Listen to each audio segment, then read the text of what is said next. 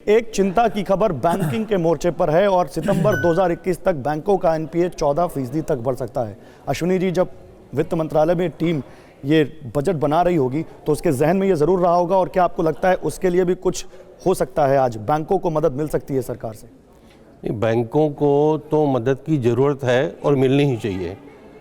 आत्मनिर्भर भारत की बात अगर हम करते हैं तो उसको अलमी जामा पहनाने के लिए बैंकिंग की सपोर्ट बहुत ज़रूरी है। जहां आपने एनपीए का कहा तो एनपीए निश्चित रूप से इस कोरोना में जो रिकवरी रेट है वो बहुत कम है, तो एनपीए बढ़ेगा।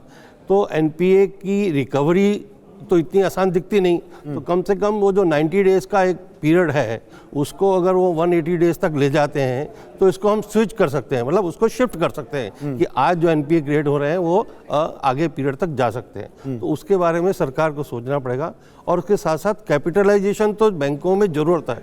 और सरकार जो अगर प्राइवेट की ओर लेके जाना चाहती है सरकारी बैंकों को, तो मुझे लगता है कि वो एक बहुत घातक कदम होगा और आर्थिक प्रगति के लिए एक रुकावट होगी। आपने एक बड़ी बात कही है। अकू जी, मैं आऊंगा आपके पास। रेलवे में निजी भागीदारी को लेकर पिछले बार काफ़ी सवाल उठे हैं और कहा यह जा रहा है कि इस बजट में उसको और बढ़ावा दिया जा सकता है, तो उस पर मैं आपसे सवाल लूंगा। लेकिन मेरा फेवरेट सब्जेक्ट टैक्सेशन, दो एक्सपर्ट मेरे साथ बैठे हुए हैं।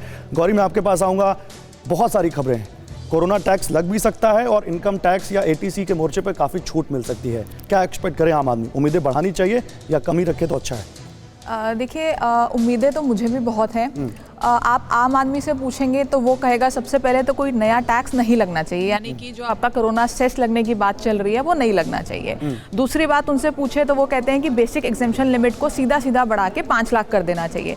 हालांकि मुझे ऐसा लगता नहीं है कि बेसिक एग्जेम्पशन लिमिट को बिल्कुल भी बढ़ाया जाएगा। बेसिक एग्जेम्पशन लिमिट को वही 2.5 लाख रखा जाएगा, क्योंकि अगर बेसिक एग्जेम्पशन लिमिट बढ़ जाती है तो टैक्स फाइलर्स का जो बेस है वो कम हो जाता है, और सरकार कभी भी नहीं चाहेगी कि कम लोग टैक्स रिटर्न फाइल करें। और वैसे भी 5 लाख तक अगर हम बात करें तो टैक्स कुछ लगता नहीं है अगर 5 लाख से नीचे आपकी इनकम है।